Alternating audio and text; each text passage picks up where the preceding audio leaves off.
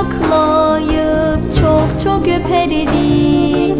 Okşardı başımı üzüldüğümde, etrafımda pervane gibi dönerdi.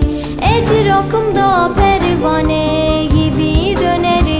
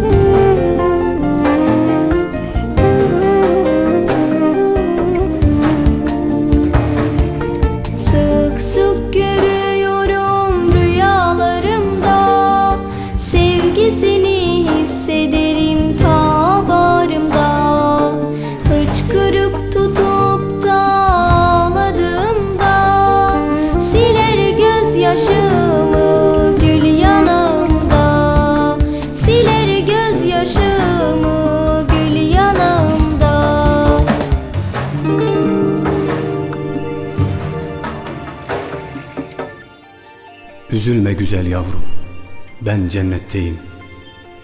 Peygamber Efendimizin yanında sizleri hasretle bekliyorum yavrum. Evladım, unutma, sonunda hepimiz Allah'a döneceğiz. Cenneti kazanıp içinde hep beraber yaşamak için sana söyleyeceklerimi iyice dinle kızım. Bizi yaradan Rabbimizi, Peygamberimizi ve Müslüman kardeşlerimizi çok sev. Çünkü onlar da seni çok seviyorlar yavrum.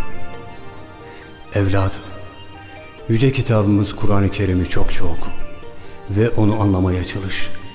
Namazlarını güzelce kıl. Büyüklerine hürmet ve saygıda sakın kusur etme kızım. Güzel ahlak ve haya sahibi ol. Başörtünü edeple muhafaza et. Sakın şeytan ve dostlarına uyma yavrum. Çünkü onlar insanları ateşe götürür. Sevgili kızım, sana hem annelik hem de babalık yapan annene çokça yardımcı ol. Zira cennet anaların ayakları altındadır. Allah yolundan hiçbir zaman ayrılma kızım. Bize ve bütün Müslümanlara bol bol dua etmeyi ihmal etme yavrum. Sizi Allah'a emanet ediyorum.